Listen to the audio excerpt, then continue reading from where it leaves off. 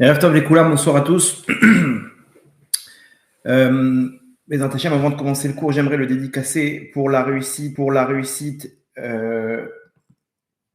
dans tous les domaines et une grande délivrance très prochaine pour Mimoun Ben Rivka, Esther Bat Rivka et Shlomo Ben Rivka, mes Hachem, ainsi que la tzlacha de tout l'âme Israël et la guérison de tous les blessés, les otages, les soldats, Bezrat Hashem, que tout le monde puisse rentrer à la maison en bonne santé et de la meilleure des manières.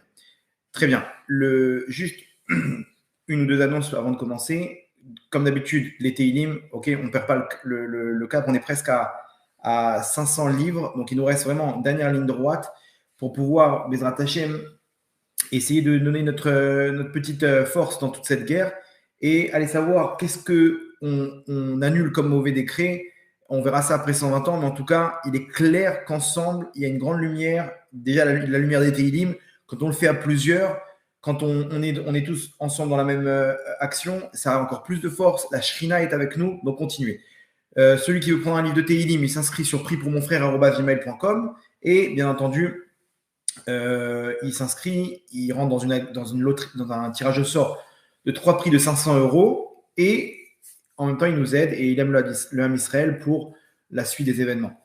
Ça, c'est premièrement. Deuxièmement, voilà, je vous annonce encore une fois, je n'ai pas eu le temps de faire la vidéo pour expliquer un peu le principe, mais Bezrat Hashem, donc jeudi 18 janvier. Donc notez cette date, jeudi 18 janvier, on fera un Tikkun Shovavim, ok, pour ceux qui ont l'habitude, tous les ans, on le fait.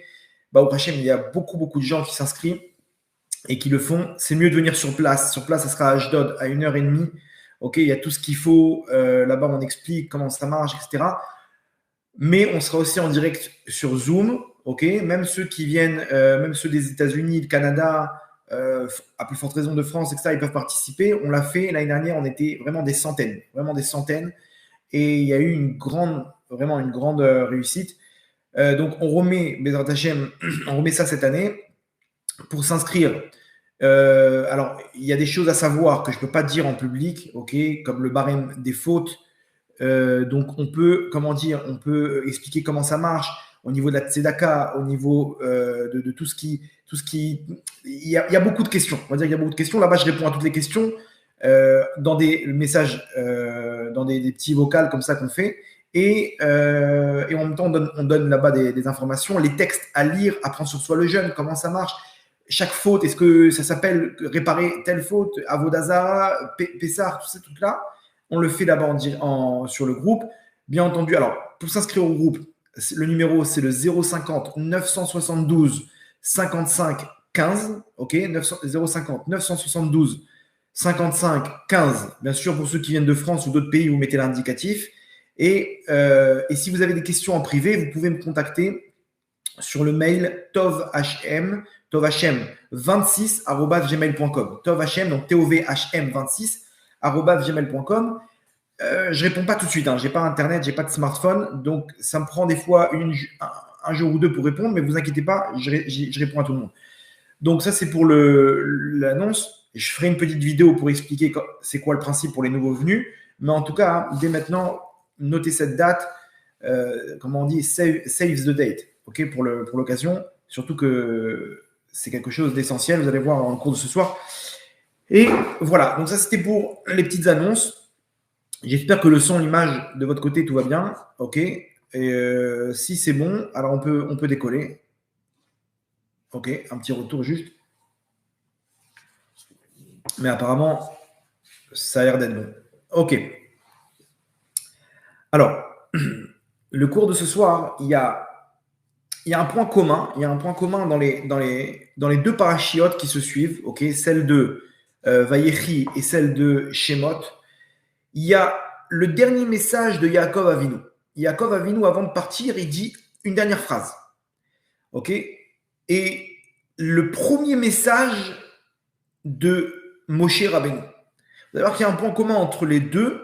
Ok, on va essayer d'analyser ensemble et d'essayer de voir qu'est-ce qu'Hachem il veut de nous par rapport à ce qu'on vit actuellement.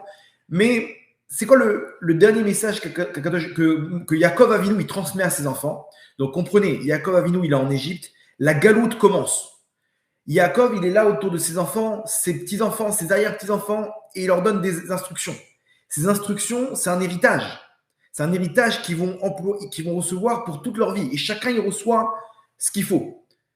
Et là, il termine face à un dernier message. Donc, de quoi il s'agit? On se dit, bah, il va faire le schéma Israël. Il y a le Midrash qui ramène qu'il a fait le schéma Israël dans ses enfants, mais c'est pas ça. Il y a une dernière phrase, ok, il demande une dernière chose, et il est clair que c'est pas un problème technique qu'il a, Yaakov. Cette chose-là, c'est quoi? Il demande à Yosef et à ses enfants de l'enterrer à Hebron. Kivrou oti. Il leur dit à ses enfants, Kivrou oti el avotai. Enterrez-moi avec mes pères. Attends, et là-bas, il y a trois psukim qui parlent comment là-bas dans la grotte de Hebron que mes pères ont acheté à Chet.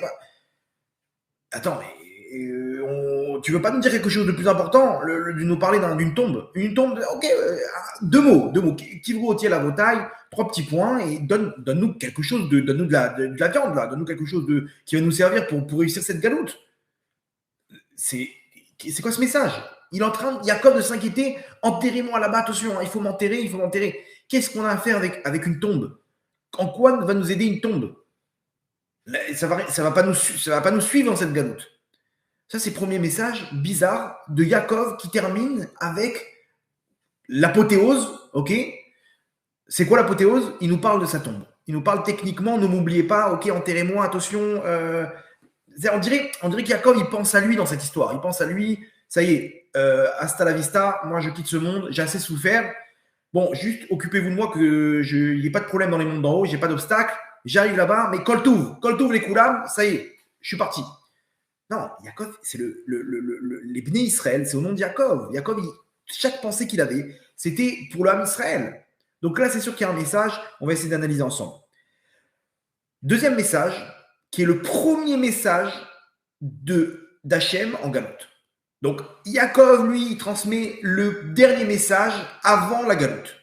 On est en galoute, là, c'est trou noir, on n'a plus le message d'Hachem, on n'a plus personne qui nous transmet qu'est-ce qu'Hachem veut de nous.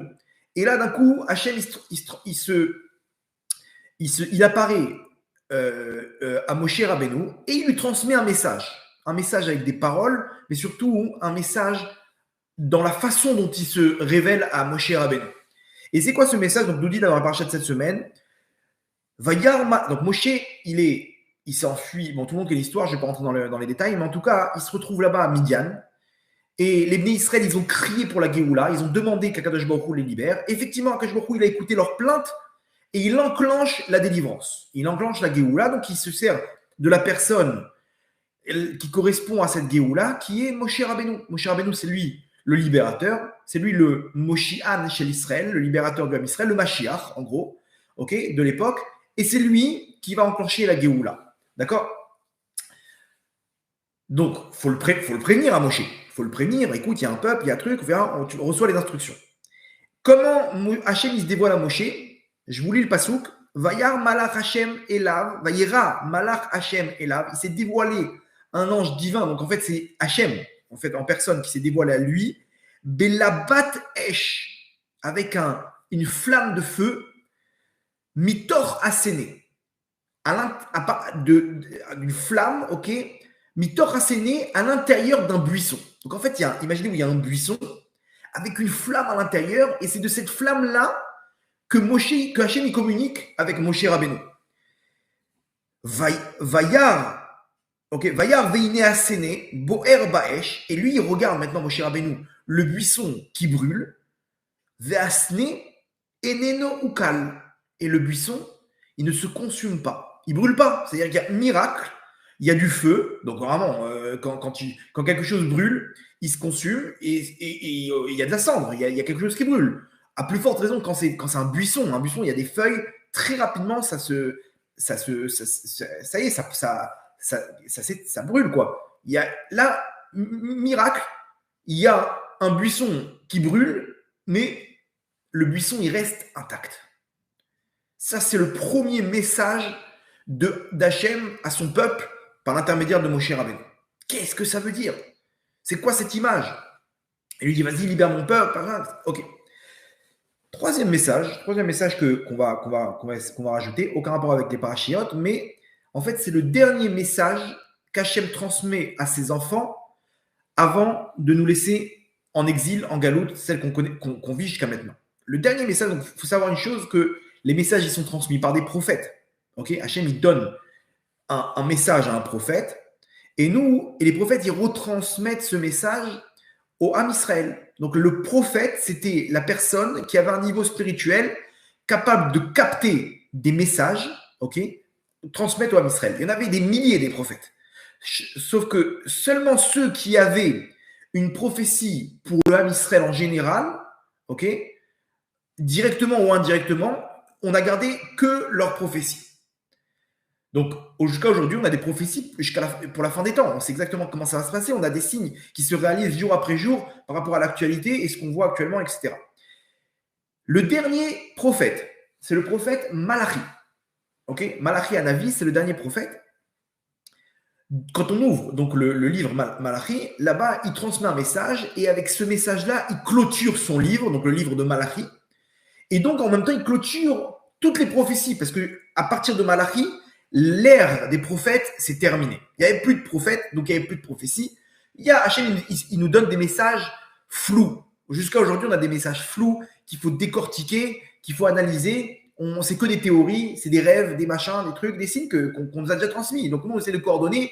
Ah voilà, ça y est, Gog ou Magog, Saddam Hussein avec les Scuds, voilà, on trouve, regarde le Midrash, machin. Finalement, ah non, c'était pas ça. Ok, on s'est trompé.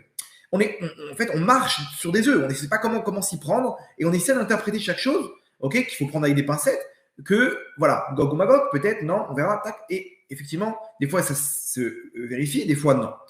Donc, quel est le dernier message qu'Hachem transmet à son peuple, donc par intermédiaire du prophète Malachi?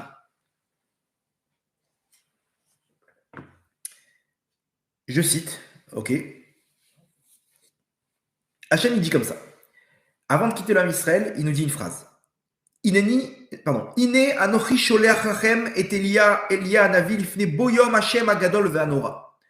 Avant de nous quitter, j'ai dit mes enfants, ne vous inquiétez pas, je vous enverrai Eliyahu Hanavi.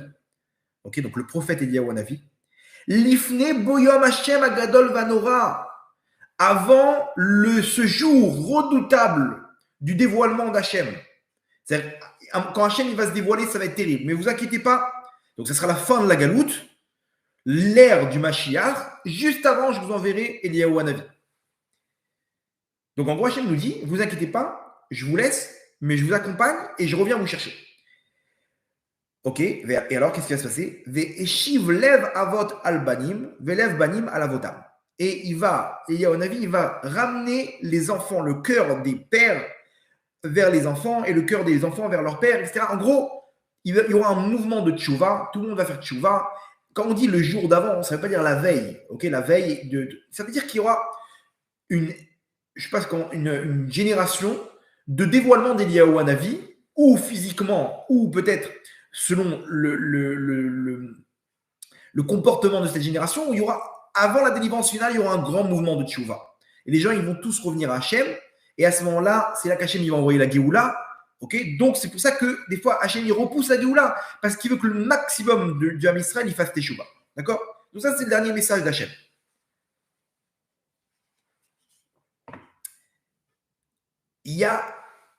Vous allez voir un point commun entre ces trois messages. Ces trois messages-là, ils sont censés être quand on nous donne un message, le dernier message, généralement, on va transmettre quelque chose de très fort. Il y avait à la Shoah une histoire d'une famille juive, ok, en Allemagne. Et donc, comme vous savez, les nazis, ils rentraient dans les maisons et ils embarquaient tout le monde avec eux. Et donc, ils étaient chez eux tranquilles. Ils y croyaient sans y croire que, apparemment, on déporte les juifs et tout. Mais ils sont restés chez eux jusqu'au bout, jusqu'à que, bon, on les a balancés. Et les soldats, ils sont arrivés, les soldats SS, ils les ont embarqués. Maintenant, bon, ils sont entrés, ils ont tiré sur un truc. Vous connaissez malheureusement ce qui s'est passé, la violence des nazis. Et donc, ça a tiré, il y a eu truc, ils ont embarqué et tout. Et la maman, elle prend sa fille, ok, elle la met sous la table. Elle lui dit, ma fille, tu restes là, tu bouges pas. Tu bouges pas. Maman, mais où tu vas?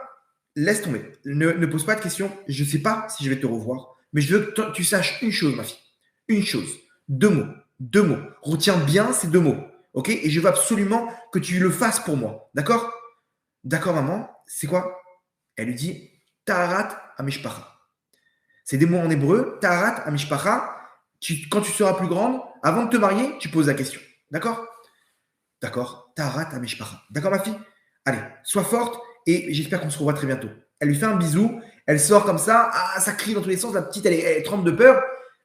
Ses parents, ils se sont fait embarquer, déportés, bien entendu, ils sont morts malheureusement. Et la petite, elle s'est fait accueillir par une famille d'accueil, elle a grandi. Donc elle a grandi comme une Goya, complète. Et dans sa tête, elle avait ces 2 mots qu'elle répétait en boucle. Taharat Amishpacha, Taharat Amishpacha. Taharat Amishpacha, en français, ça veut dire la pureté familiale. La pureté familiale, chez nous, c'est la femme qui se trempe au mikvé, ok, après la période d'indisposition, ok.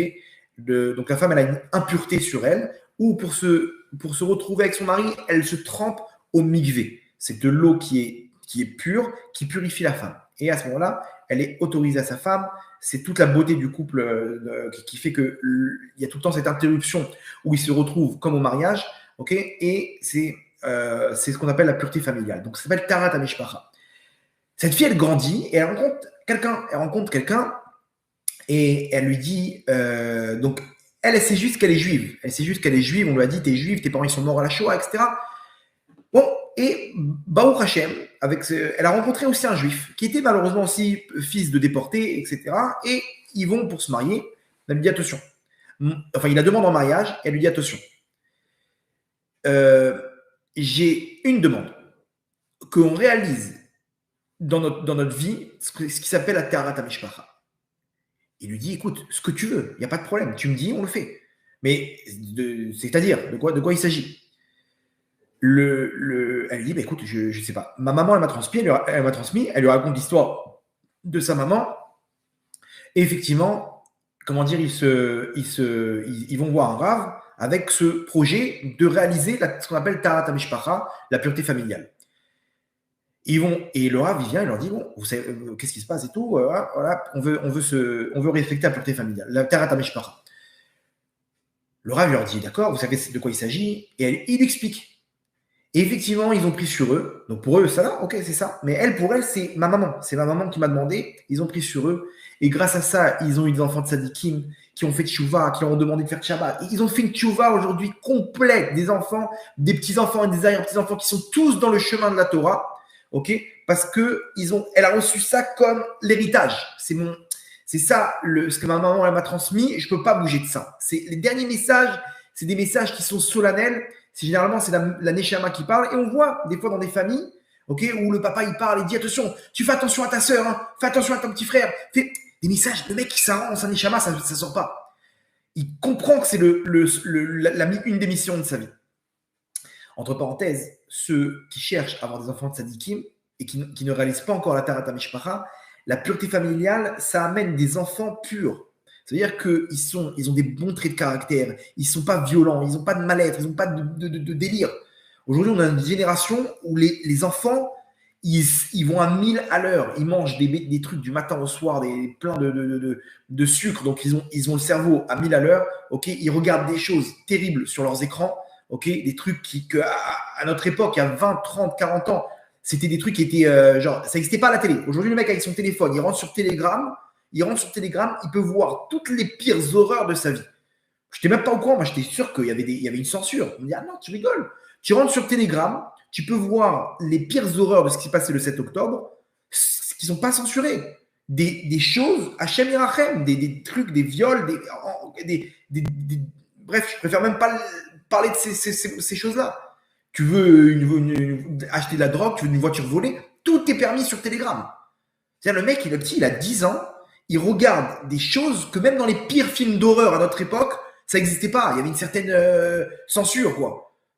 Il n'y avait pas, tu ne pouvais pas. Ils avaient annulé des dessins animés qui étaient violents, okay, des dessins animés de combat, parce que c'était trop violent.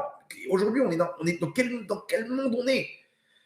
Donc après, l'enfant, il est complètement déglingué. Il faut payer des psychologues et des trucs et des machins.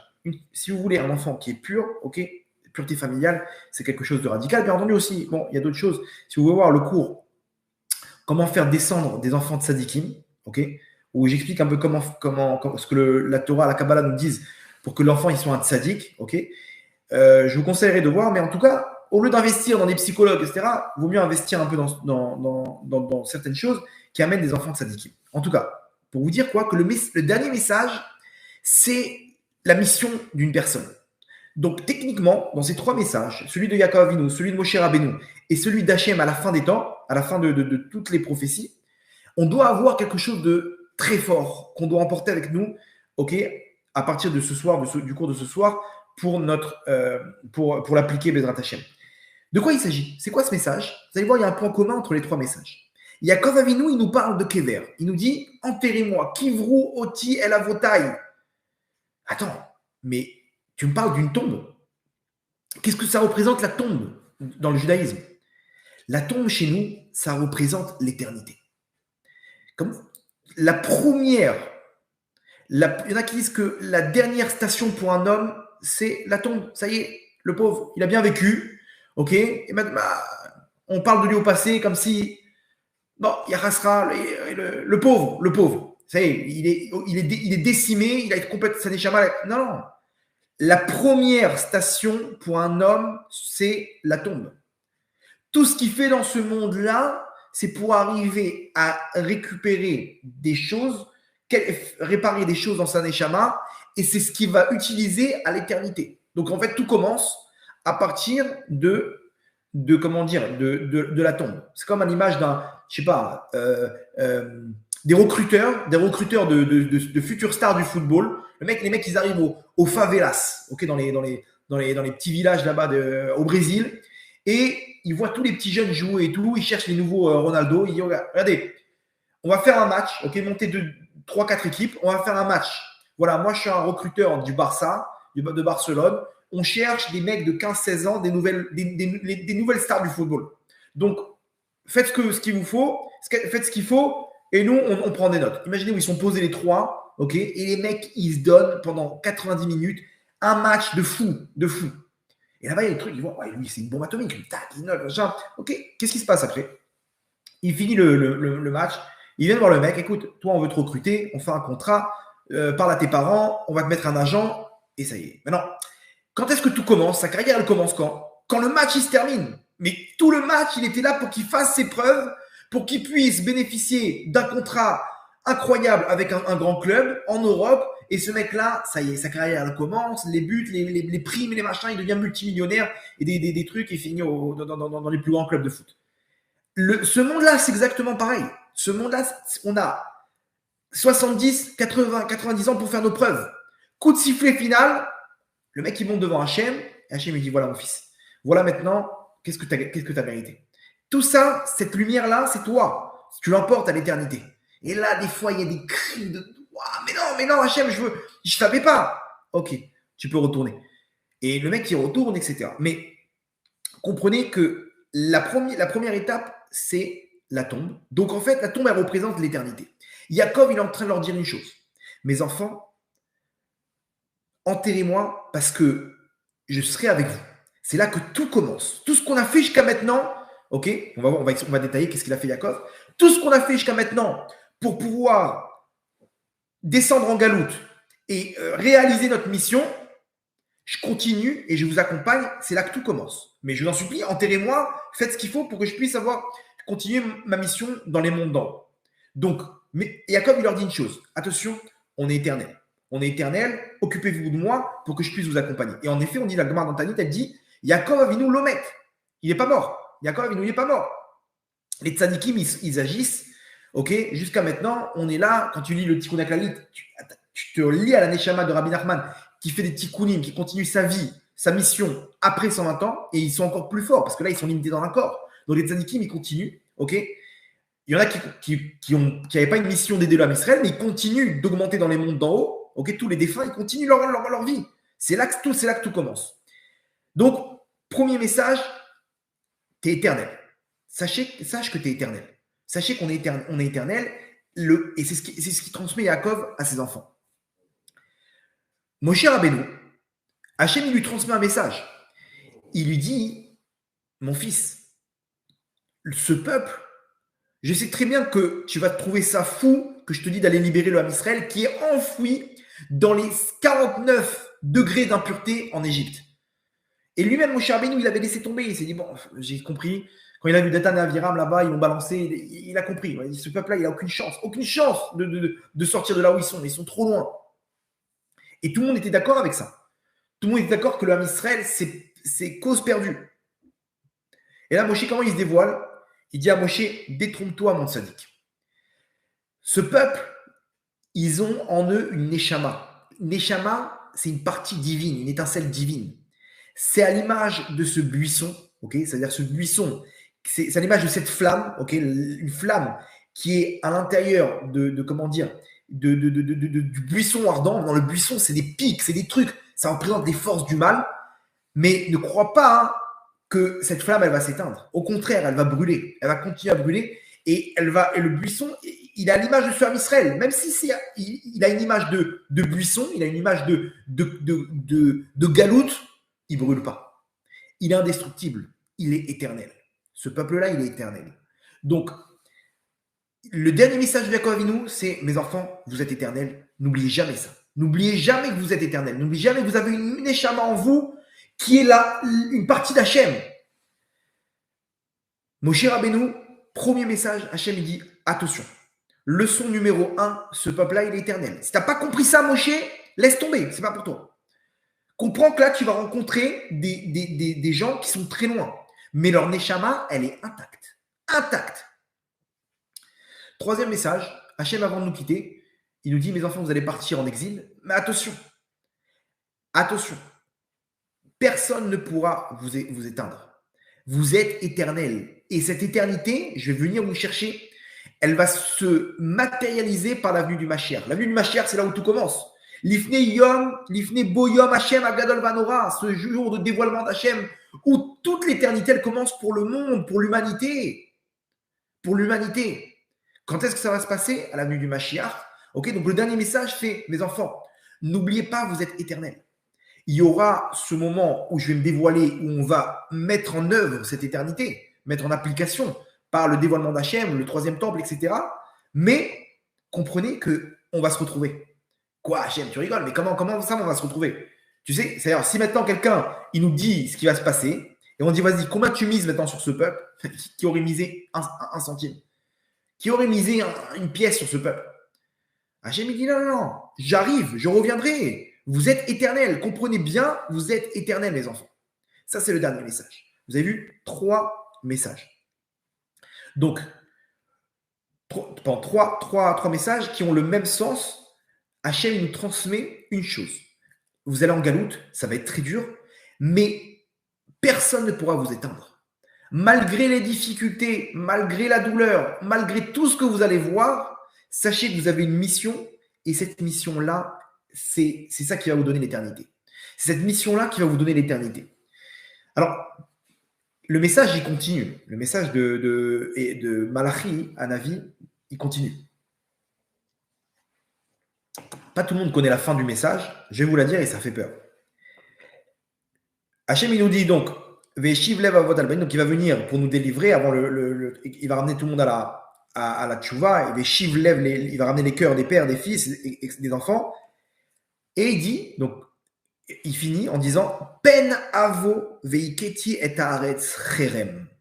De peur que je vienne et que je frappe la terre, Cherem, c'est une mise en quarantaine, quoi. Genre, je mette un coup énorme avant la fin des temps, quoi. Avant la fin des temps, il y aura un coup c'est-à-dire que Hachem nous dit, voilà ce qui va se passer. J'enverrai le Mashiach, j'enverrai Eliyahu Hanavi, je vais me dévoiler.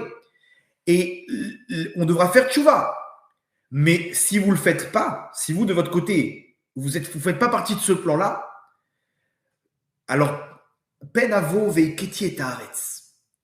De peur que je vienne, c'est-à-dire que voilà ce qui va se passer si jamais il n'y a pas ça, et que je frappe la terre. Hachem nous dit, attention, ce message, il est tellement important que si je vois que vous n'y êtes pas, je serai obligé de frapper. C'est-à-dire que tous les problèmes qu'on a aujourd'hui, ils viennent parce qu'on n'est pas face à notre mission, qui est de se mettre en face à l'éternité. L'éternité qu'Hachem nous a fixée. Ok, donc ça fait. Tu m'as mis la pression là. Par où je commence? C'est-à-dire l'éternité. Je fais quoi? C'est quoi l'éternité? Ok, ne vous inquiétez pas, j'explique. Ça veut dire quoi être éternel?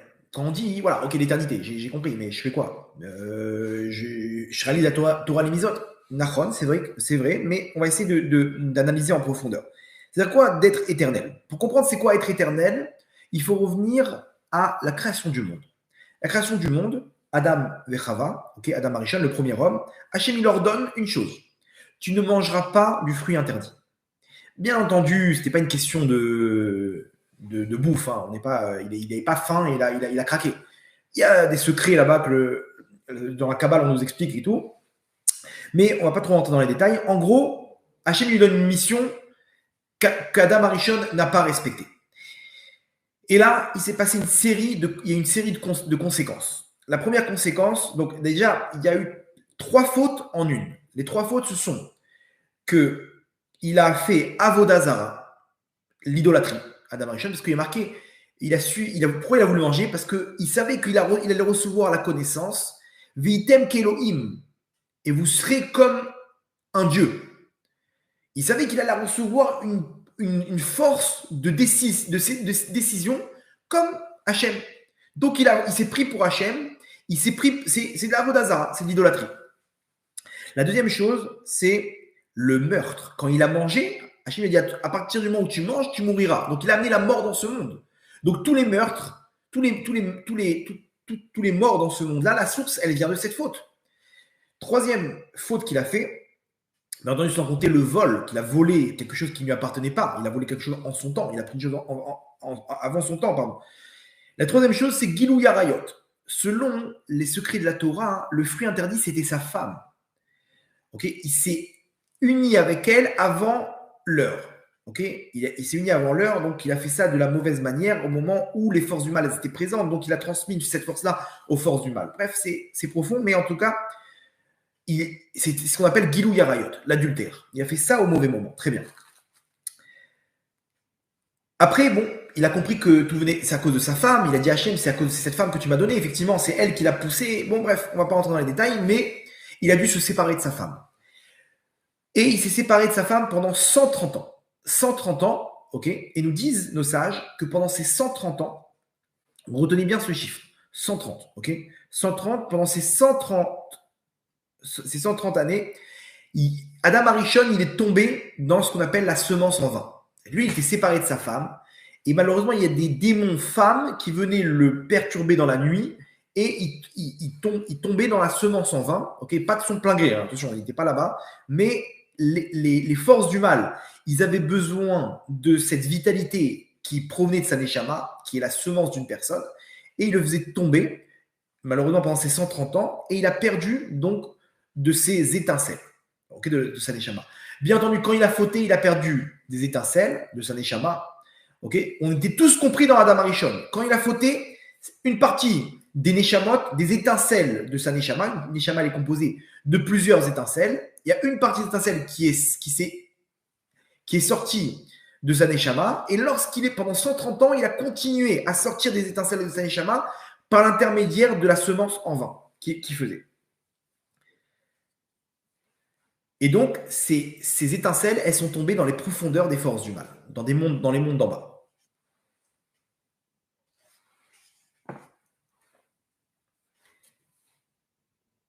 Maintenant, Adam Arishon, il va revenir pour réparer. Comment il va revenir pour réparer? Toutes les neshamot du Ham Israël, elles sont comprises dans Adam Arishon. Ça veut dire que chacun d'entre nous, on a une mission de récupérer des étincelles, chacun selon son scénario. Lui, c'est à Paris, lui, c'est à New York, lui, c'est au Maroc, lui, c'est en Russie, etc. Chacun, on a un scénario de vie qui nous permet de récupérer des étincelles qui sont les étincelles de la neshama de Adam Arishon, okay, dans laquelle nous, on se trouvait. C'est-à-dire que, par exemple, Rabbi Chaim Vital, le Harizal lui a dit, toi, tu fais partie de l'épaule d'Adam Arishon. Il y en a qui font partie du crâne, le haut du crâne, on met les tefilines, comme Rabbi Shimon Bar Yochai, le Baal Shem Tov, Rabbi Nachman, toutes ces Moshe Rabbeinu, toutes ces Neshamot qui ont fait descendre la Torah, elle venait de cet endroit-là.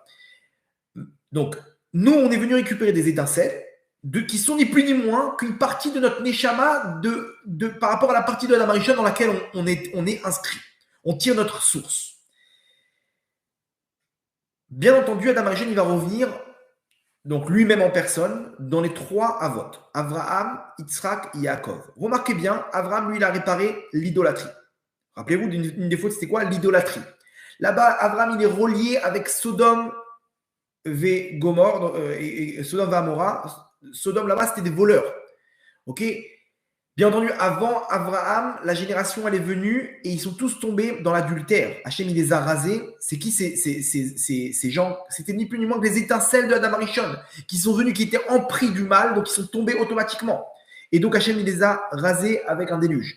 Après, ils sont revenus la tour de Babel. C'est quoi la tour de Babel? Ils ont voulu remplacer Hachem. D'où ça vient ça? Ça vient des étincelles des Neshamot, de la partie d'Adam Arishon qui a voulu remplacer Hachem quand il a mangé le fruit. Donc, ils sont venus et ils se sont fait raser. Après, il y a eu Sodome. Sodome, c'était des voleurs. Pourquoi? Parce qu'ils sont empris des Neshamot qui ont volé le fruit interdit. Ils reviennent, ils se font raser. Avraham Avinu, lui, il est là pour enlever l'idolâtrie. Pourquoi l'idolâtrie? Parce que lui-même, en tant qu'Adam Arishon, il est tombé dans l'idolâtrie. Très bien. Yitzhak Avinu, il devait passer par le sacrifice pour réparer le meurtre. C'est-à-dire que lui-même, il devait mourir ou son père, il le sacrifie, il le tue. C'est-à-dire, comprenez, nous, on lit ça, mais attends, mais c'est quoi ce scénario qu'Hachem il a trouvé? Hachem, il n'a pas trouvé un scénario au hasard. Il devait mourir à Yitzhak, et cette épreuve, elle a réparé le meurtre de la mort qu'il a amené en tant qu'Adam Arishon dans l'ancien Gilgoul. On continue. Yaakov Avinu, lui, il est venu pour réparer l'adultère. L'adultère, c'est quoi? Il s'est marié avec plusieurs femmes, et c'est pour ça qu'on le rend fou avec une fois Léa, après Rachel. On veut qu'il soit, comment dire, qu'il n'ait pas de réussite là-bas. Et quand il va faire ça de la meilleure des manières, alors à ce moment-là, il répare. C'est-à-dire qu'Yaakov, il savait très bien que on le rendait, il savait très bien qu'il était là pour quelque chose. Toutes les souffrances qu'il avait, ça fait référence. Je ne vais pas vous faire toutes les épreuves qu'il a fait Yaakov Avinu, mais elles tirent toutes leurs sources de la faute d'Adam Arishon. Et vous allez voir, comment ça résume tout par rapport aux années de sa vie, comment ça résume ce qu'on a expliqué. Jusqu'à que on a reçu une info, c'est-à-dire que, imaginez-vous que les Avot, ils savaient même pas, ils savaient pourquoi ils faisaient ça, mais ils n'ont pas reçu le but de tout ça. Abraham, il est là, c'est un serviteur d'Hachem, mais il ne comprend pas ce qui va se passer.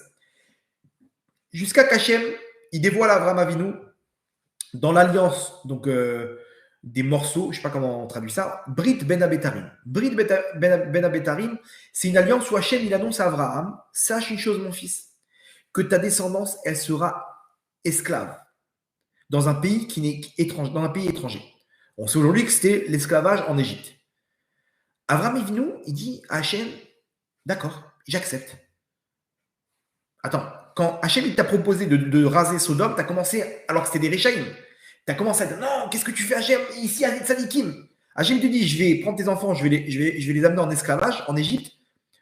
Tu pries pas, tu fais, Abraham, qu'est-ce qui t'arrive? Abraham, il a compris une chose ici. Il a compris le but de tout ça. Le but, Hachem, il lui a dévoilé.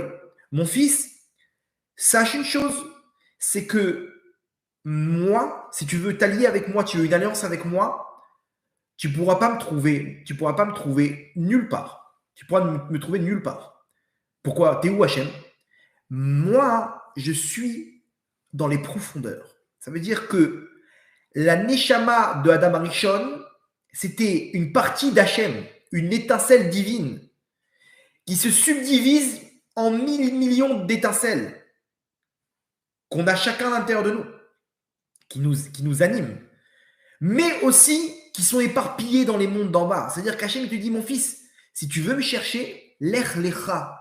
Je ne sais pas si vous avez déjà entendu cette interprétation, mais Hachem, il n'a pas dit, viens vers moi, mon fils, viens, étudie la Torah à fond et sois un moine dans un monastère, oublie ce monde-là, c'est un monde de fous, c'est un monde de sheker, sois avec moi, ok? Et on va, toi et moi, vivre une histoire d'amour. Hachem lui dit, tu me cherches, je ne suis pas en haut, je suis en bas. Ce qu'on appelle élever la shrina. Comment tu élèves la Shrina? Tu vas chercher les étincelles qui sont Hachem, qui sont une partie d'Hachem, qui sont la Shrina en galoute. Et tu descends chercher ces étincelles, tu les récupères, tu les amènes dans ta Neshama.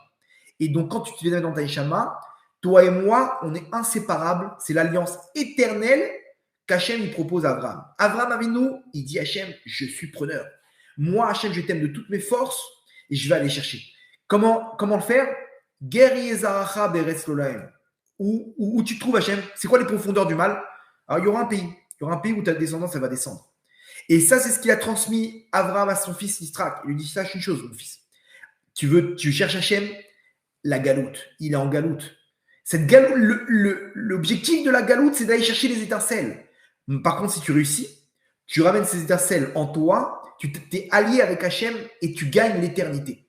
C'est-à-dire que l'éternité qu'on parle du monde futur, c'est en fait quand j'ai réussi à réunir mes étincelles, quand je suis passé à côté de ma mission sur Terre, eh ben, je reviens en haut, même si j'ai fait toute la Torah et les mitzvot. Tu n'as pas réuni tes étincelles, tu n'as pas réussi les épreuves qu'Hachem t'a données, tu n'as pas voulu descendre. Bon, Hachem, bien sûr, il nous fait descendre. Eh ben, tu reviens dans ce monde-là. Pas parce qu'Hachem, il est méchant, mais parce que toi-même, tu vois à côté de quoi tu es passé.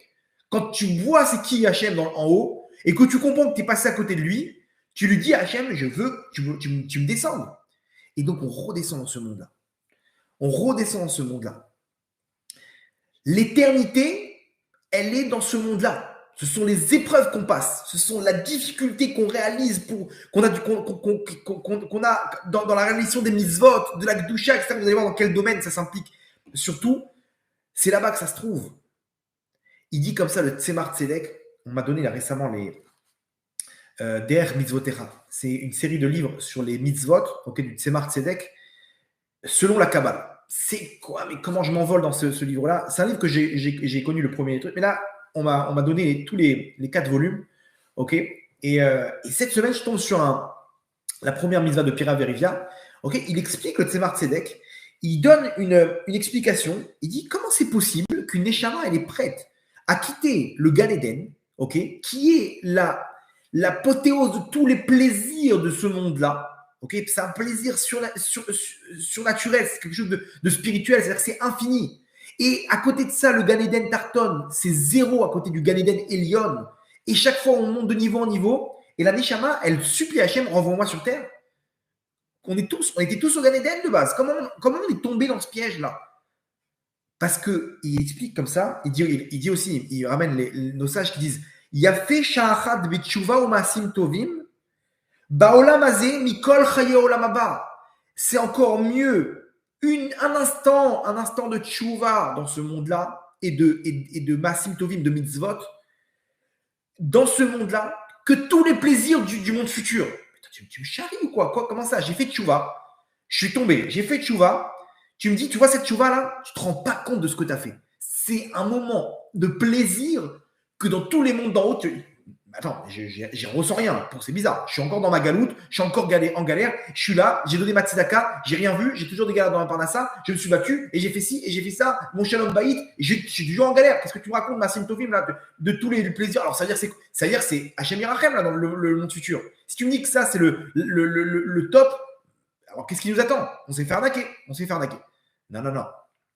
Quelqu'un peut expliquer cette histoire? Il explique le Tzemar Tzedek, il dit parce que tout le but de ce monde-là, c'est de descendre, se connecter avec Hachem. Descendre, prendre dans tes bras Kadosh Baruch Hu. Ça, tu ne pourras pas le faire dans le monde futur. Dans le Gan Eden, tu ne peux pas te connecter avec Kadosh Baruch Hu. Kadosh Baruch Hu, c'est un feu terrible, c'est l'infini. Il n'y a que dans la matérialité que tu peux te connecter avec lui. Donc, en fait, c'est une descente qu'on appelle une Yerida Letzorechalia. Tu descends dans ce monde-là pour récupérer des étincelles, pour faire tchouva. Quand on fait tchouva, on ramène nos étincelles, ok? Et quand tu vas monter dans les mondes d'en haut, tu vas comprendre que tout ce que tu as comme plaisir, ça vient de cette tchouva et de ces mitzvot que tu as fait. C'est-à-dire que tout de suite, tu ne vas pas le voir. Tu vas comprendre en fait que quand tu seras dans les mondes d'en haut, que la tchouva que tu as fait en bas, c'est ça qui t'a donné le potentiel éternel que tu auras dans le monde futur. Vous vous rendez compte de quoi on parle? C'est-à-dire que il est en train d'expliquer le Tzemar Tzedek tout ce qu'on est en train de dire maintenant. que ici, dans ce monde-là, c'est là que tu peux rentrer en contact avec Hachem quand tu récupères ces étincelles. Attention, tu risques de ne pas voir les résultats maintenant, parce que ce monde-là, c'est un monde de galoute. Et pour ne pas fausser le libre arbitre, tu ne vas jamais comprendre quel trésor tu as en toi. Mais quand tu vas finir ce monde-là, tu vas comprendre que ces épreuves-là, c'est elles qui t'ont donné l'éternité. Donc en fait, il explique ce que je vous dis maintenant, que tu as réuni ces étincelles, qui sont une partie d'Hachem, en toi. Donc tu te connectes avec Hachem. Et donc tu complètes ta neshama. Et après, quand tu arrives dans le monde de la récompense, à ce moment-là, tu vois tous les efforts comment dire, la récompense de tes efforts. Que chaque chose que tu as fait pour Hachem, ne crois pas que c'était dans le vent. Ne crois pas que c'est dans le vent. Tu as ramené des étincelles. Des fois, c'est des épreuves qui durent des années, des problèmes de shalom bayit. On dirait qu'Hachem, il a aveuglé tout le monde, okay, tout le monde s'est marié, et que maintenant, tout le monde souffre. Tout le monde souffre, chacun avec son délire. Lui, il est traumatisé et elle s'est fait battre par son père. Et des histoires. Maintenant, tu n'as pas vu ça. Vous étiez 3 ans ensemble avant de vous marier. Tikkunim, réunis tes étincelles. Tes étincelles, ils sont quand tu vas descendre là-bas et tu vas descendre à côté de ta femme et tu vas l'écouter et tu vas lui donner ce qu'elle a besoin. Ou toi, Matzadeke, quand tu vas descendre avec ton mari et tu vas l'aider et tu vas l'épauler. Et comme ça, tout le temps, il y a des descentes et des descentes et des descentes. Dans la parnassa, chaque fois on descend. Tu descends, ça veut dire que tu vas chercher Hachem. N'aie pas peur que tu vas chercher Hachem. Ok, on continue. Yitzhak, bien entendu, il transmet aussi à Yaakov ce message. Il lui dit, Yaakov, mon fils, l'éternité. L'éternité, c'est aller chercher ses étincelles. Hachem, il n'est pas là-bas. Ne crois pas que tu vas chercher la chalva, tu vas chercher la tranquillité, tu vas te connecter avec Hachem. Zéro. Peut-être tout ça, c'est pour te fighter. Tu étudies la Torah pour prendre des armes et après tu vas chez Lavan, tu vas te battre, mon fils. Et Yaakov, il le fait. Et Yaakov, il sait très bien maintenant chaque action qu'il fait dans ce monde-là, c'est dans un seul et même objectif, chercher les étincelles pour lui et ses descendants à venir. Et c'est pour ça, regardez comment c'est très fort. C'est pour ça que quand il se retrouve devant Paro, Paro lui dit, quel âge tu as? Il lui dit, comment il lui dit? Il répond, Yaakov, donc Yaakov, il vient de débarquer en Égypte.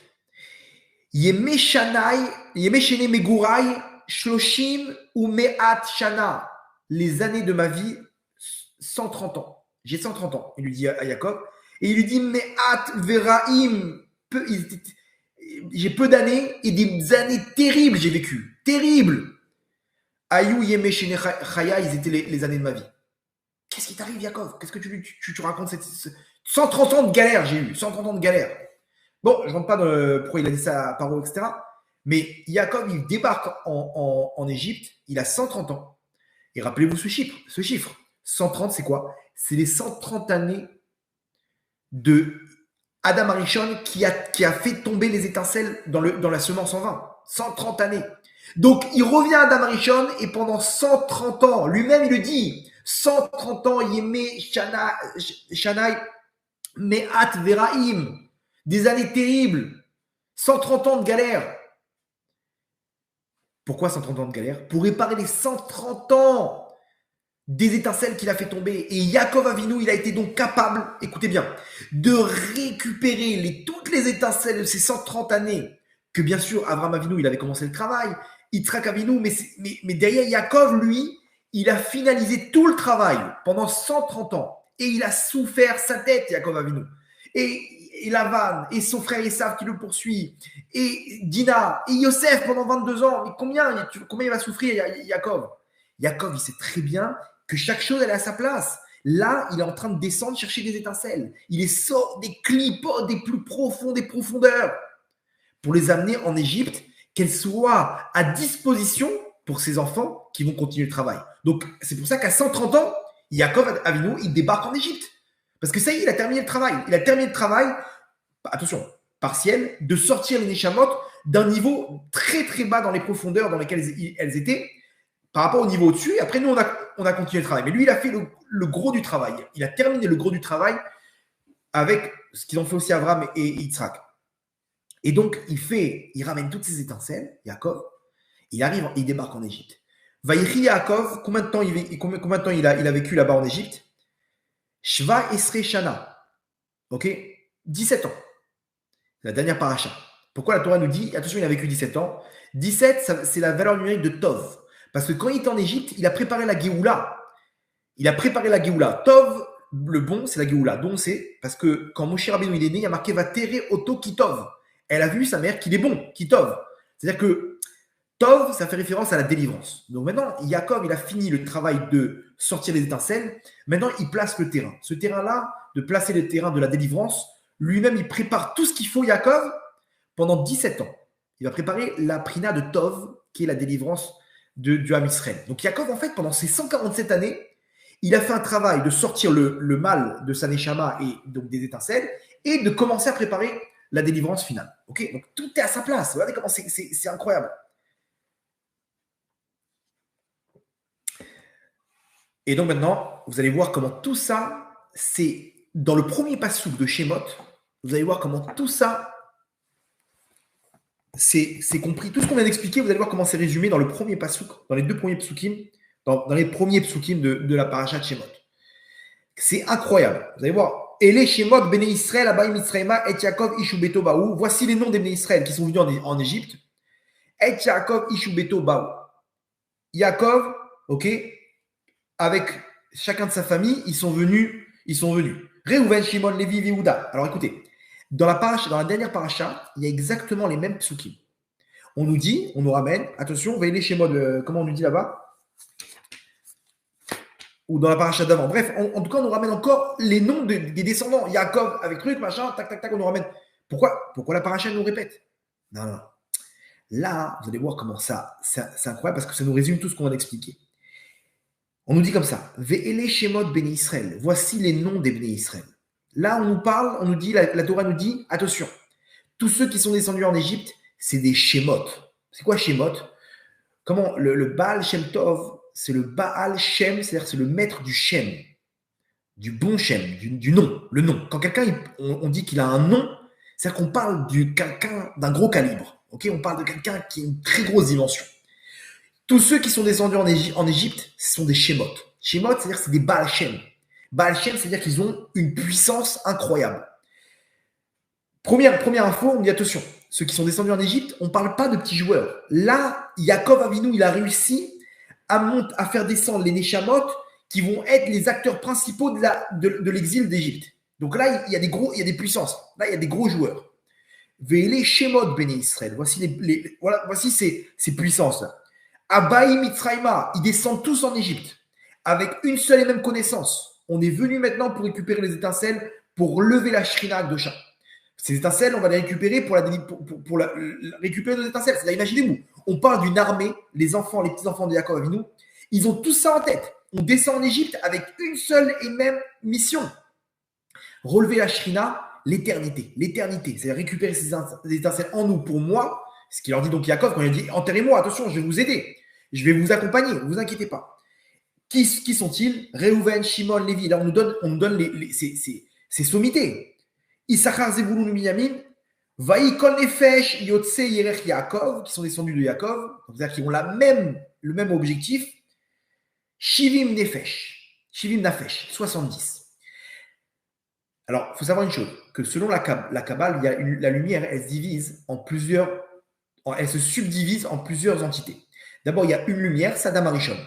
Ils se divisent en trois. La lumière, quand elle se divise en trois, dans la Kabbale, c'est Chachan, Baga, Dati. C'est-à-dire que c'est les trois sphères de la droite, des sphérotes de la droite, gauche et du milieu. Chachan, Baga, Dati. C'est trois entités. Okay, la lumière, elle se divise en trois entités. Après, il faut savoir une chose, que ces trois entités-là, elles se divisent en 12 entités. 12 entités, ce sont les combinaisons du nom Yudke Vavke. Yudke Vavke, quand vous faites des combinaisons, c'est 12. Et les 12 entités, elles se divisent en 70 entités.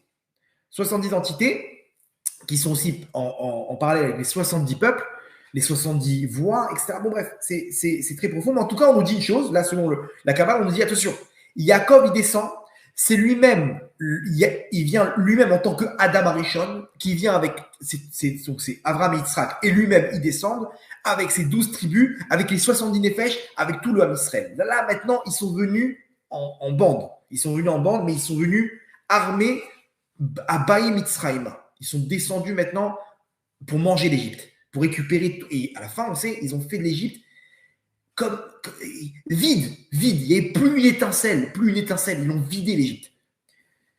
Et là, la suite, c'est quoi? Yosef Aya Mitzrayim. Quel rapport tu me dis ça maintenant? Mais Yosef, Yosef, il était en Égypte. Donc, ouais, il ne fait pas partie des 70 qui sont descendus. Si, il fait partie, mais lui, il était en Égypte. Pour nous dire quoi? Pour nous dire, attention, lui, Yosef, déjà, il était sur place et lui, tout seul, il a fait le travail. Lui, tout seul, déjà, il a préparé le terrain et il a commencé à récupérer les étincelles. C'est pour ça qu'Yaakov dit il y a un chever là-bas, mais Israël, il y a une fissure. Parce qu'il voyait qu'il y a quelqu'un qui commençait à faire le travail de récupérer les étincelles. Ok, j'espère que vous avez suivi. C'est des gros chidushim, ok, mais je vous ai prévenu, il faut mettre la ceinture, sinon c'est pas pour vous. En tout cas, ça c'est le premier pasouk. Le premier pasouk, ça va nous expliquer toute la première partie du cours.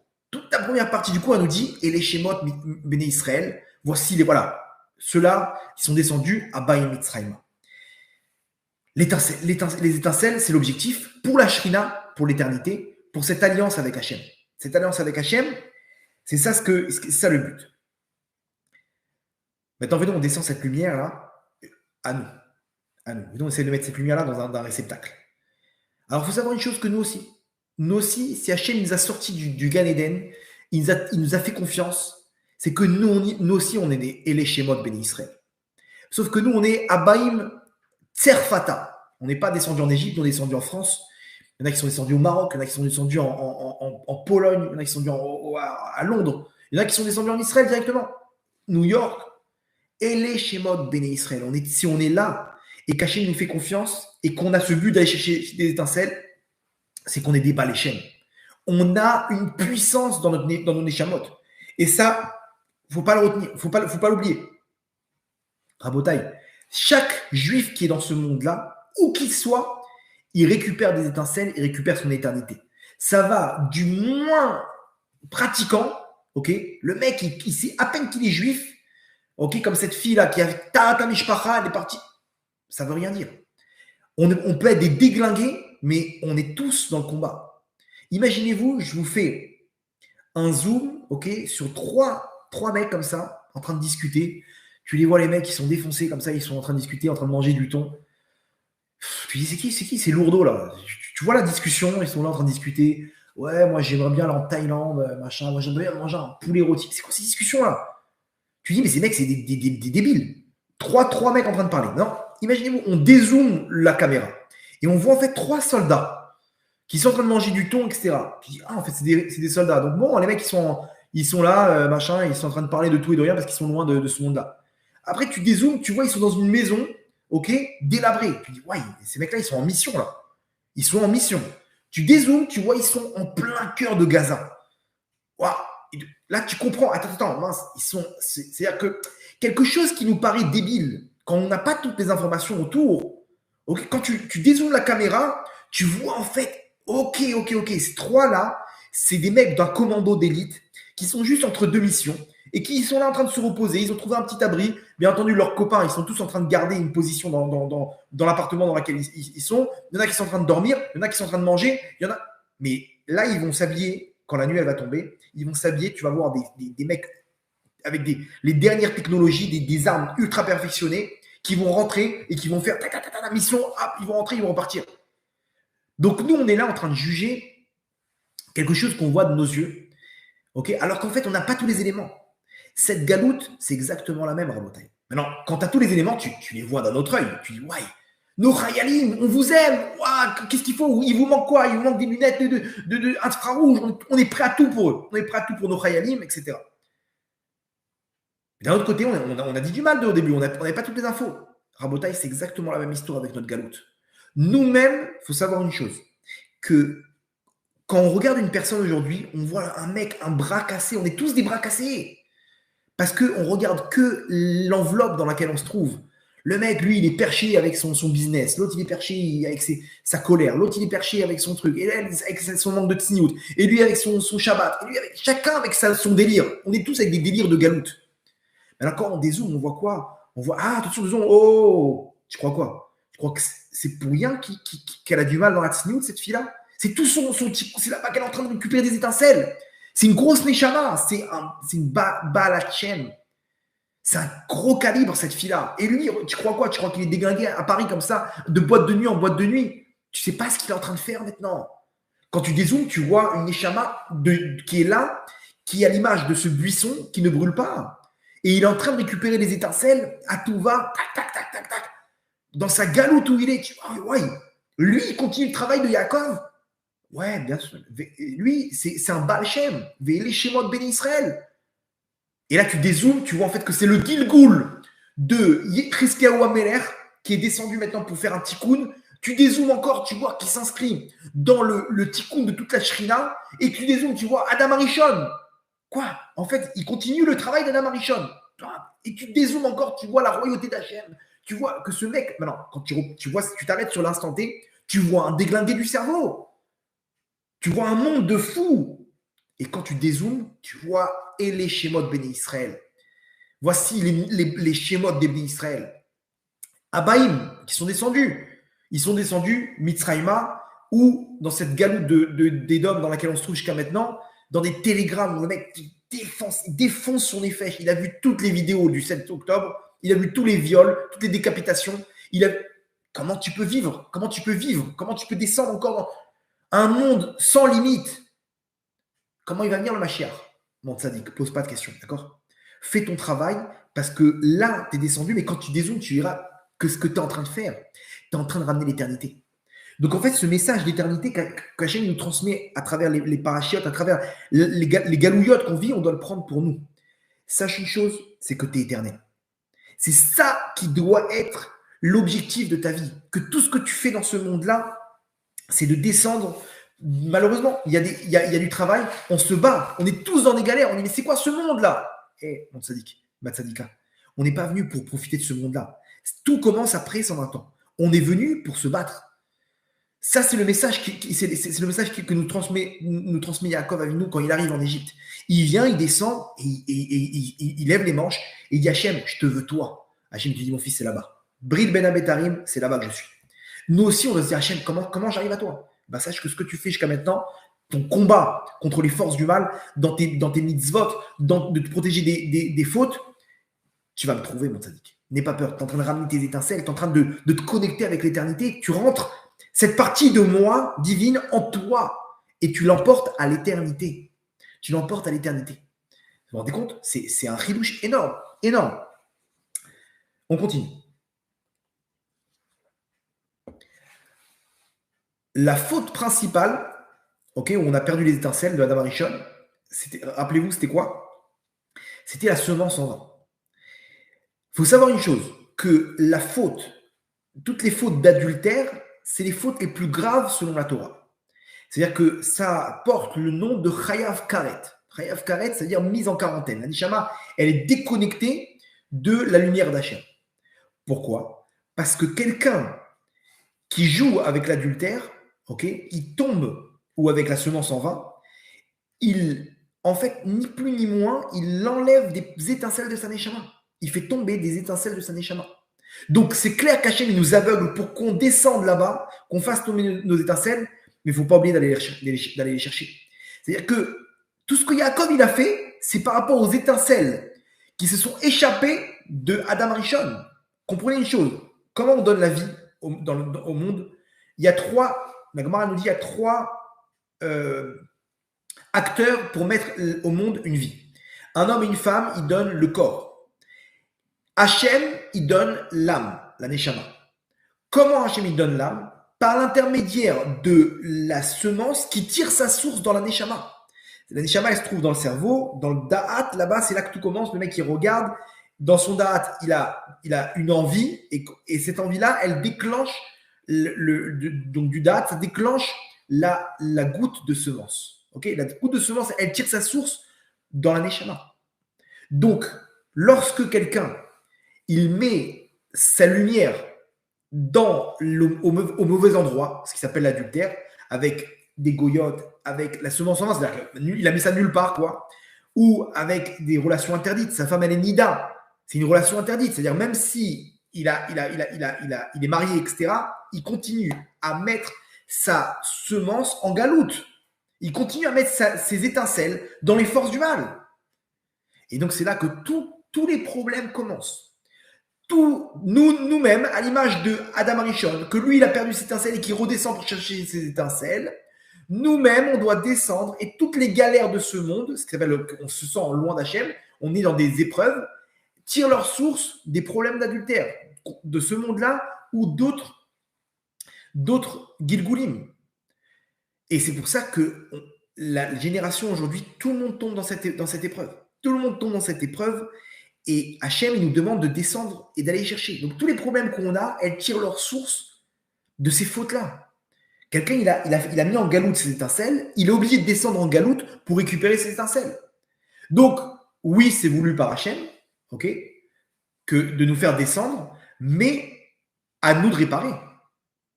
C'est-à-dire qu'Hachem, il nous fait descendre pour qu'on puisse avoir cette alliance avec lui. Mais il faut pas oublier de réparer. Sinon, rappelez-vous, Pen avo veiketi et haaretz. Hachem nous dit, mes enfants, attention, vous allez descendre. Attends, mais Hachem, c'est toi qui m'as fait descendre là-bas dans Galoute. Non, je vais t'expliquer pourquoi. Parce que d'abord comme ça, et par rapport à ton ancien Gilgoul. Oui, mais lui-même, c'est toi qui l'as. Oui, mais par rapport tout ça passe on remonte à quoi? Parce que Adam Arishon, il est tombé. Et nous-mêmes, on est tombé avec lui. Donc, peu importe le scénario dans lequel on est tombé, maintenant, ouvrez les yeux. Ok? Ouvre tes yeux et comprends que tout commence maintenant. Tout commence maintenant où Hachem te dit, mon fils, répare. Parce que tu passes à côté de l'alliance. Et cette alliance-là, après 120 ans, tu vas passer à côté de l'éternité. Donc, je suis prêt à secouer s'il faut. Je suis prêt à secouer parce que tu passes à côté de l'éternité. Et donc, tous les galères qu'on a sont là pour nous faire prendre notre petit coude entre les mains, de réparer notre neshama, d'aller chercher nos étincelles. Et c'est pour ça qu'on appelle l'endroit où ces étincelles sortent la brite. La brite Mila, c'est l'alliance. Car pourquoi tu appelles ça la brite? Parce que c'est là-bas qu'Hachem il a signé son alliance. Tu veux être allié avec moi, ne perds pas tes étincelles. Ou si tu les perds, va les chercher. Comment on dit? Brit Ashechatam Tabifsarenu, cette brite-là, cette alliance entre toi et moi, Hachem, tu l'as gravée dans notre chair. À 8 jours, chacun d'entre nous, il doit graver cette alliance-là dans sa chair, dans la brite Mila. Ça, vous vous rendez pas compte? Donc, quelqu'un qui tombe dans cette faute, ok, homme comme femme au niveau de Sniout, qu'à cause d'elle, d'autres hommes y tombent, ok, il a perdu ses étincelles, donc il a perdu son lien avec Hachem. Et donc, il se sent en quarantaine. OK? Et donc, il doit descendre pour récupérer ses étincelles. Vous allez me dire quoi alors? Tu aurais dû me dire ça avant. Non. Il fallait qu'on tombe. Il fallait qu'on tombe. On est tous dans une génération de dépravés. On tombe tous. Mais le but, c'est Hachem, c'est pas de rester sur l'instant T. Pourquoi on est en galoute? Ça, c'est la galoute qui nous a poussé à tomber et à descendre là-bas. Le but, c'est de dézoomer et de ne pas oublier. Ve'ele Shemot Ben Israël. On est tous des grosses neshamot. Si on est dans ce monde-là, c'est qu'on peut réussir. Et donc, c'est pour ça qu'il faut tenir bon absolument. Tiens bon, mon tzadik. Tiens bon, ma tzadika. Parce que tu es éternel. Tu es éternel dans la mesure où tu commences à réparer. Quand Moshe Rabbeinu, il avait un bâton entre les mains. Hachem lui dit, jette ton bâton. Il a voulu lui donner une leçon à Moshe. Parce que Moshe, j'ai compris, ils sont éternels. Mais comment on s'occupe d'eux? Comment on répare? Ils sont au 49e degré d'impureté, Hachem. Comment tu peux m'expliquer comment on va faire maintenant? C'est un chantier qui nous prendrait 4-5 générations. Hachem lui dit, t'as quoi dans ta main? Il y a un bâton. Il jette-le par terre. Il le jette par terre, il voit un serpent. Le serpent, ça représente des forces du mal. Il dit, attrape-le. Moshe, il tremble de peur. Il dit, oh, c'est quoi ça? D'où ça sort? Attrape-le. Attrape-le par la queue. Moshe Rabbeinu, il attrape le serpent par la queue et d'un coup, le serpent, il redevient un bâton. C'est quoi cette histoire? Moshe Rabbeinu a dit, ok, j'ai compris Hachem. Hachem lui dit, mon fils, ne dis pas du mal de mes enfants. Mes enfants, ils sont à l'image de ce serpent, ils sont enfouis dans les forces du mal, mais à partir du moment où tu prends en main un de mes enfants, même par la queue, c'est-à-dire même par le plus petit niveau, la suite, c'est qu'il se transforme en bâton divin. Ce bâton avec lequel Moshe Rabbeinu, il a fait les plus grands miracles. Maté Elohim. De serpent, il est passé à Maté Elohim. Attention, une seule condition. Prends-le entre tes mains. Notre Neshama, c'est pareil. Elle peut être enfouie dans les forces du mal. Pour Hachem, ce n'est pas un problème. Mais prends ta Neshama entre les mains. Commence à réparer. Commence à faire tchouva. Commence à attraper tout ça. Commence à réparer tous ces problèmes. Commence à arrêter toutes ces avérotes. Quoi, mais j'ai une chance. Mais bien sûr. Mais quoi, si je quitte cette femme-là, si je me marie, si je fais ta mishpacha, si j'arrête la semence en 20. Mais c'est là que tu commences à te prendre en main. C'est bon. La suite, je la connais. La suite, c'est l'éternité, mon sadique. La suite, tu vas récupérer tes étincelles. Oui, mais pourquoi Hachem m'a fait tomber? Il fallait pas. Tu devais tomber. Pourquoi? Parce que dans Adam Arishon, tu es tombé, toi. Et moi, et vous, et tous et chacun d'entre nous. Donc quoi, on descend maintenant en 2024 dans cette dépravation, dans ces trucs, et on répare. Et regardez comme c'est fort. Hachem nous a mis entre les mains des petits kounim pour réparer. C'est exactement ça ce qu'on fait actuellement. On rentre dans la période des Shovavim. Alors comprenez, cette période de Shovavim, c'est le début de la paracha de Shemot jusqu'à Mishpatim. C'est la période de 6 semaines, qui sont les initiales de Shovavim, qui est la période propice dans l'année pour réparer les fautes d'adultère, les fautes de mise en quarantaine où j'ai perdu mes étincelles. C'est-à-dire, quand est-ce que le moment il est le plus propice pour récupérer mes étincelles et pour commencer à réparer pendant la période qu'on est en train de passer maintenant. Paracha de Shemot. Pourquoi? Parce que c'est dans cette paracha que les Bnei Israël, les Shemot Bnei Israël à Baïm Mitzrayma, ils sont descendus en Égypte, ils ont commencé à réparer et récupérer les étincelles qui viennent de Adam Arishon qui a perdu ses étincelles dans la semence en 20. Pareil, nous, quand on arrive à cette période de ces parachiotes-là, de ces parachas, aussi, on peut réparer nos étincelles. C'est-à-dire, comment faire? Et là, c'est là que rentre le Tikkun HaShovavim qu'on va faire Bezrat Hashem le 18 janvier, où là-bas, le Harizal, il a mis en place un jour de jeûne avec un mincha spécial, un Alénou, avec les kavanot du Rachash à Kadosh, les kavanot de la Kabbalah, pour remettre les mondes là où ils sont. C'est-à-dire qu'en une journée, et par l'intermédiaire de la Tzedaka, un jour de jeûne et un mincha spécial qu'on fait, on ramène en un instant toutes les étincelles qu'on a perdues, des années et des années de fautes. Le mec qui était 10 ans avec une Goya, le mec toute sa vie, depuis qu'il a 10 ans, tous les jours dans semence en 20, et elle, tous les problèmes comment dire, d'adultère et de nida qu'elle a avant. Quoi, tu veux me dire qu'en une seule journée, c'est terminé? Oui, Rabotai. Ça, c'est la force qu'Hachem nous a donnée. Il nous a donné des éléments. Attention, il y a, bien entendu, la Hitbo des doutes de Rabbi Nachman. Il y a les Chabad aussi. Ils ont tout plein d'éléments que le Balatania, il leur a mis en place. Il leur a mis en place pour pouvoir réparer. Chacun selon son truc. Je ne suis pas en train de dire qu'il n'y a que le Tikkun Shovavim.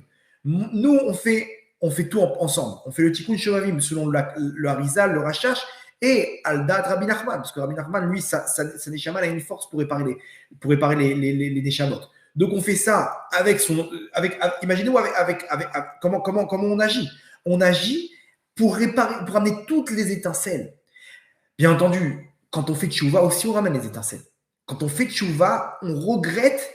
Quand on regrette, nous dit le Rachash, il faut penser que tu sors le regret de la faute, il sort les étincelles des forces du mal. Et quand tu reviens à Hachem, tu prends ces étincelles et tu les ramènes dans ta neshama. La tchouva, c'est quelque chose, c'est une arme que tous les jours on doit utiliser. Tous les jours. T'es tombé, n'ayez pas honte. On est en galoute. C'est pas grave si on tombe. Hachem, il sait très bien quel est ton rôle et pourquoi tu tombes. Il sait très bien pourquoi t'es tombé dans la boue.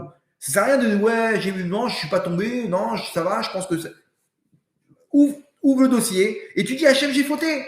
C'est pas grave, j'ai fauté. T'es en train de ramener des étincelles que tu as perdues. Alors, bien entendu, il y a Kippour, il y a d'autres choses qui rentrent en compte. Et plus tu pleures, et plus. Mais Hachem nous a mis aussi des éléments. Ces éléments à nous de choisir. Ou on se laisse surprendre par une galoute qu'Hachem nous envoie, et des problèmes, et du 7 octobre, et des trucs. Que là-bas, vous avez bien compris, le 7 octobre, Hachem, il a frappé. Veiketiet Haaretz, Penavo Veiketiet Haaretz.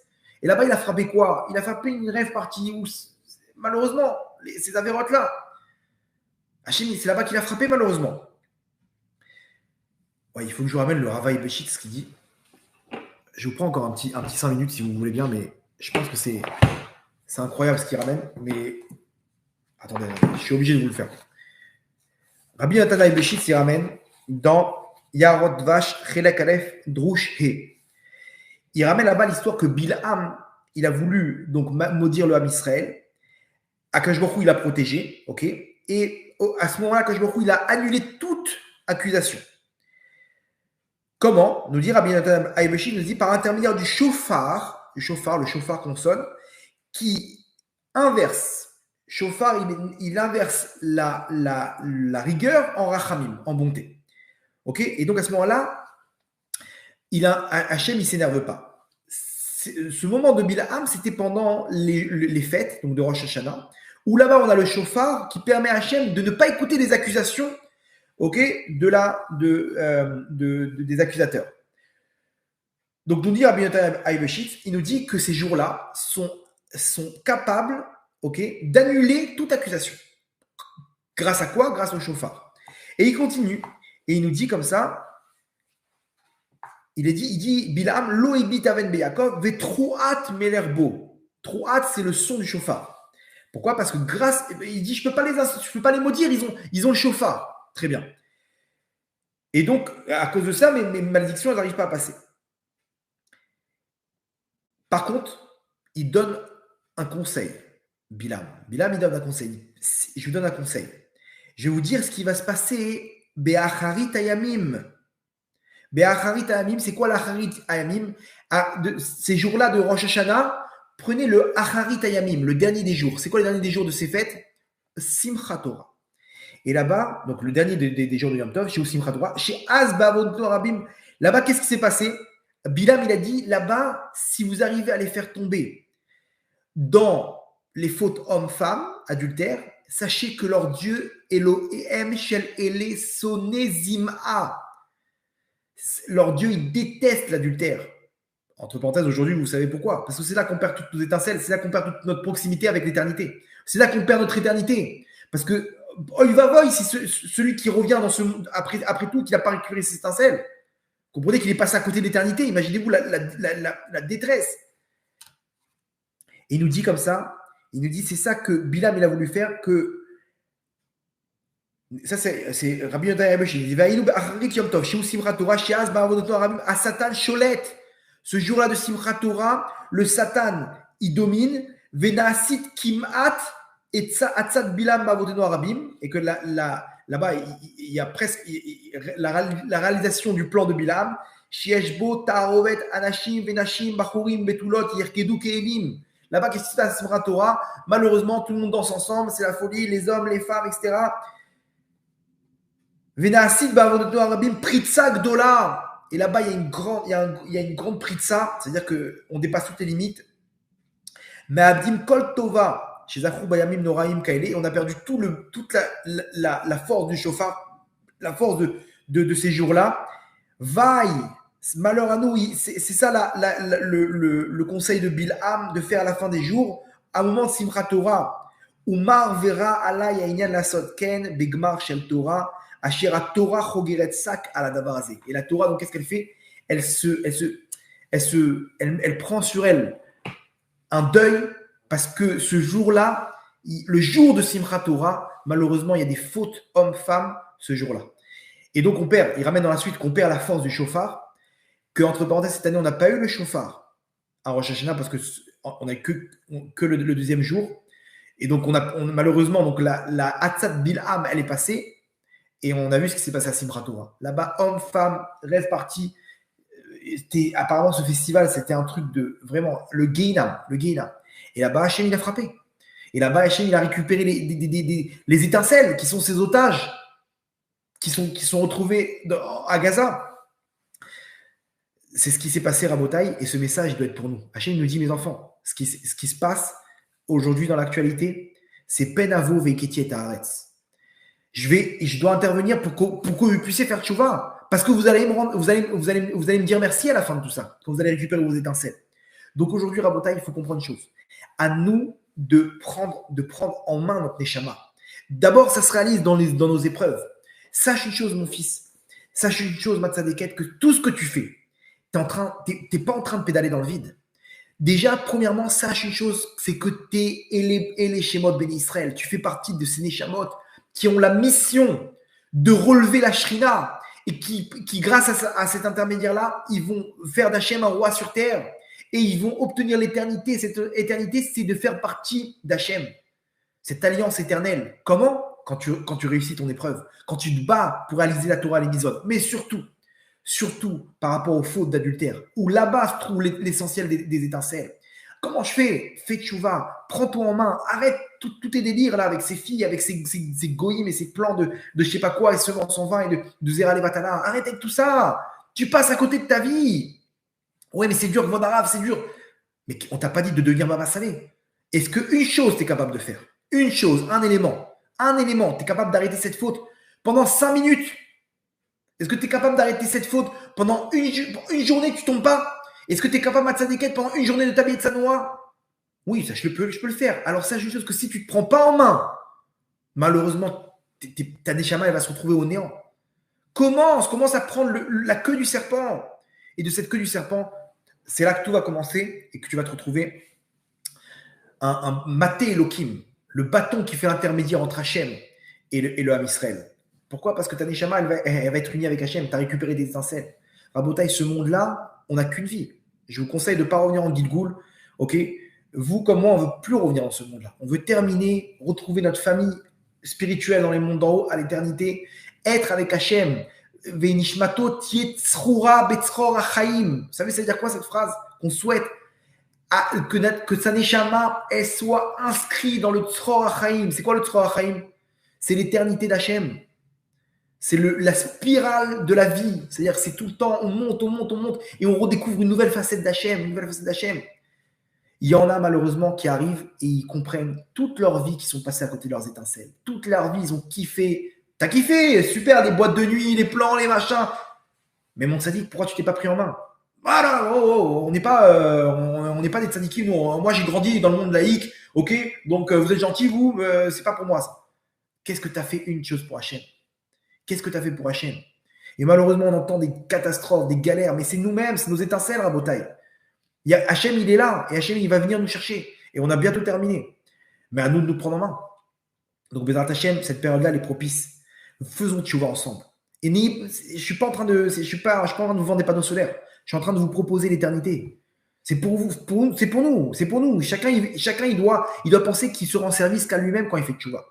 Ah, c'est dur, prends quelque chose, un petit truc, mon tzaddik, un petit peu de tsniout, surtout sur la Gdusha.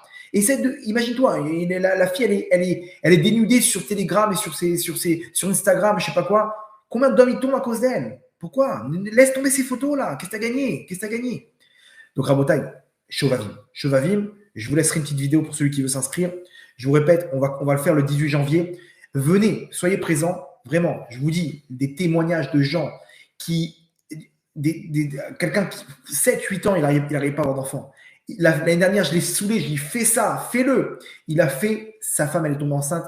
Il y a 1 mois, c'était la Brit Mila de son fils. Après 7-8 ans, des gens qui avaient des problèmes de parnassa, des gens, ils me contactent, ils me disent, est-ce que je peux refaire le Tikkun Shevavim? Je dis, bien sûr, moi, je le fais tous les ans, le Tikkun Shevavim. 1 fois, 2 fois par an. Et les gens, ils sont là, ils me disent, est-ce que je peux le refaire? Mais bien sûr, tu ramènes encore plus d'étincelles. Alors, bien sûr, un Tikkun, ça ne suffit pas pour tout ramener. Il n'y aura pas des miracles. Bien sûr, après 120 ans, c'est terminé. La tchouva, elle est complète. Mais de là à voir les fruits de toutes ces étincelles, non. Tu as affaibli la clipa, tu as réuni une grosse partie, mais continue. Et il y en a qui disent, on peut le refaire. Je dis, mais bien sûr. Et je leur pose la question. Rav, ma vie, elle a changé. Je suis heureuse. Je suis heureux. J'ai plus de problème de parnassa. J'ai plus de problème de shalom bayit. J'ai plus de... Combien? Bien entendu, il y en a qui ont encore des problèmes, etc. parce qu'ils n'ont pas fini. Ils ont encore des étincelles à aller chercher. C'est pas un miracle, ce Tikkun Shevavim. Mais faites-le. Au Hachem, on va le mettre en place 18 janvier. Faites passer le message. Ne vous inquiétez pas, il y aura une vidéo spéciale où je vais expliquer. Et sinon, inscrivez-vous 050 972 55 15. On a mis des groupes en place. Contactez-moi, tovhachem26, @gmail.com. Si je peux vous aider, prenez-vous en main. Venez, on fait tchouva ensemble. On a besoin de ramener la Géoula. Cette Géoula, elle dépend de nos étincelles. Quand chacun y ramène ses étincelles, il ramène les étincelles du Ham Israël, et donc, il n'y a plus d'étincelles, il n'y a plus de galoute. Quand il n'y a plus de galoute, c'est la Géoula. On va finir avec une petite histoire, si vous le voulez bien. Il y avait un chercheur israélien qui était dans le projet de l'avion de chasse Lavi. Je ne sais pas si vous avez entendu parler de ce projet. Les Israéliens, ils ont commencé à mettre en place un avion de chasse. Je vous parle de ça il y a très longtemps. Et les Américains, ils les ont aidés et tout. D'un autre côté, les Américains, ils ont vu que l'avion de chasse israélien, donc qui porte le nom de l'Avi, il était à des années-lumière du F-16 de l'époque. Ils se sont dit, non, non, ils vont nous, comment dire, ils vont nous dépasser, ils vont vendre, ils vont nous prendre le marché. Vous savez que les États-Unis, ils tiennent le monde grâce aux armes. C'est-à-dire, ils vont pas te permettre de fabriquer des armes. Ils vont te dire, non, non, non, on te vend les armes. Comme ça, ils ont tout le temps, ils sont tout le temps là pour aider, pour faire de l'oseille, en fait, en vendant des armes, ok. Et en même temps, ils gardent en laisse le pays. Ah, je te coupe les armes. Ah, mais attends, mais tu m'as aidé jusqu'à maintenant. J'aurais fabriqué des armes tout seul. Maintenant, il nous tient en laisse. Il nous tient en laisse. Ok, pareil en Ukraine. Et pareil, on te vend des armes. Tu fais ce que je veux. Sinon, je te coupe les armes. Donc, dès qu'il y a quelqu'un qui essaie de fabriquer des armes, non, non, non, on va t'aider. Et bien entendu, ils ont fait pression à Israël. Israël, ils ont abandonné le projet. Parmi tous les scientifiques qui étaient, enfin tous les scientifiques, tous les ingénieurs qui faisaient partie de ce projet, il y en avait un, ils ont fait un grand congrès. Au début, ils étaient en relation avec comment dire, les ingénieurs américains et tout. Et il y a eu un grand congrès aux États-Unis où ils ont réuni les Israéliens et les Américains. Il y en a un, il est parti, donc un professeur, il est parti avec un ingénieur, il est parti avec sa famille. Et sur la route, malheureusement, ils ont fait un terrible accident de voiture. C'est la neige, ils ne voyaient rien, ils ont raté un virage, il y avait un fossé, la voiture, elle a fait des tonneaux, tac, tac, tac, tac. Et la voiture, elle s'est arrêtée dans la neige. Il n'y a personne autour d'eux. Tempête de neige. La maman, elle ouvre les yeux. Ok, donc la femme de cet ingénieur, elle ouvre les yeux par les cris de ses enfants qui sont derrière. Imaginez-vous 3 enfants derrière qui sont en train de crier. Elle est là, elle sent des douleurs partout. Ok, elle a mal, les côtes, les machins. Elle a dû, imaginez-vous, la voiture, elle a fait des tonneaux. Elle voit ses enfants, donc elle a 2 garçons et une fille. 2 garçons intacts, mais ils tremblent de peur, ils flippent, le choc était terrible. En train de pleurer, elle les voit, elle est contente et tout. Elle sent qu'elle ne peut plus bouger, mais elle voit que son mari n'est pas à côté d'elle. Et sa fille, elle est où ma fille? Elle sort de la voiture.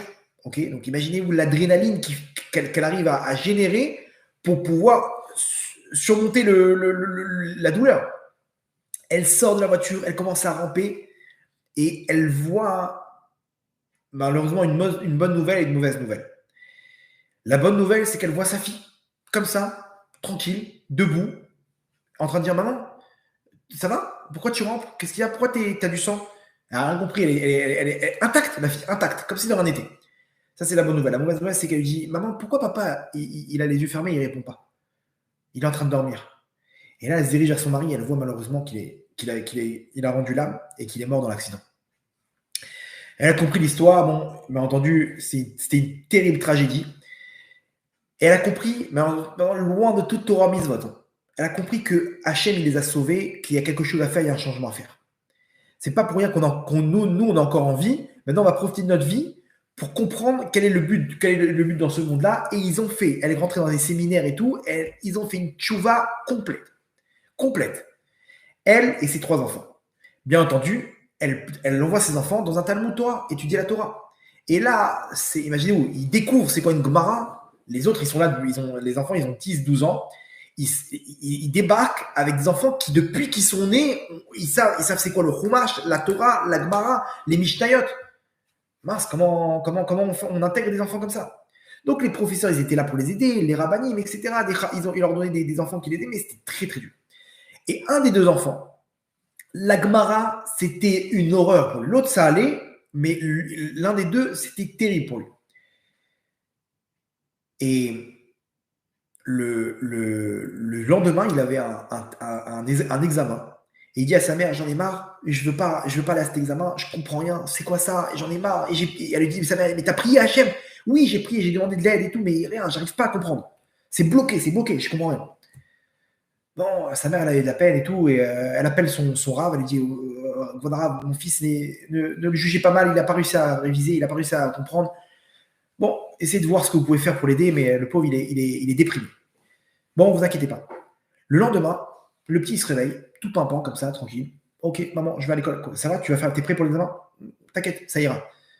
Bon, elle trouve bizarre il a l'air motivé. Ok. Le rave, il appelle. Il lui dit, madame, excusez-moi, avec qui il a révisé là? Il a répondu à toutes les questions, il a eu la meilleure note. J'étais avec lui, je lui posais des questions, il me répondait des trucs comme si qu'il a révisé, comme si c'était je sais pas, comme si cette Gemara, il la connaissait sur le bout des doigts. Il y a un problème là, c'est pas lui. Écoutez, pourtant c'est bizarre quoi. Je vais lui poser la question. Ok, renseignez-vous parce qu'il y a un truc là. Il rentre de l'école et il dit moi, ton Rav il m'a appelé, il m'a dit que tu as cartonné l'examen là. Qu'est-ce qui s'est passé entre hier et aujourd'hui? Elle dit maman, tu vas peut-être pas me croire, mais en fait c'est papa qui m'a expliqué la Gemara. Comment ça papa? Elle dit et quand je suis parti dormir, j'étais triste, j'étais pas bien, et je suis parti triste dormir, et dans mon rêve, je vois papa, donc leur père qui était parti depuis quelques années. Je le vois avec une lumière énorme. Et je dis papa, c'est toi, mais où tu es? Mon fils, t'inquiète pas, je suis dans un endroit très haut dans les mondes d'en haut. Et cette lumière-là, ok, ça veut dire que je suis heureux. Mais par contre, toi, je vois que tu es triste, mon sadique. Qu'est-ce qui se passe? Il dit papa, j'en ai marre, je comprends rien à la Gemara. Il lui dit c'est pas grave, viens, je vais t'expliquer. Il lui dit papa, excuse-moi, mais la Gemara, tu sais c'est quoi? Il lui dit mon fils, en haut, j'étudie la Gemara. Quoi? Mais comment t'étudies la Gemara?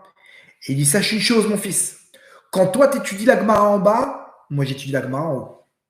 Mais quand moi j'étudie la Gemara en haut, je comprends la Gemara à l'infini. Et je comprends tout ce qui se passe. Donc maintenant, si tu veux, je peux te rendre l'appareil, je peux t'enseigner ce que toi tu m'as permis de comprendre.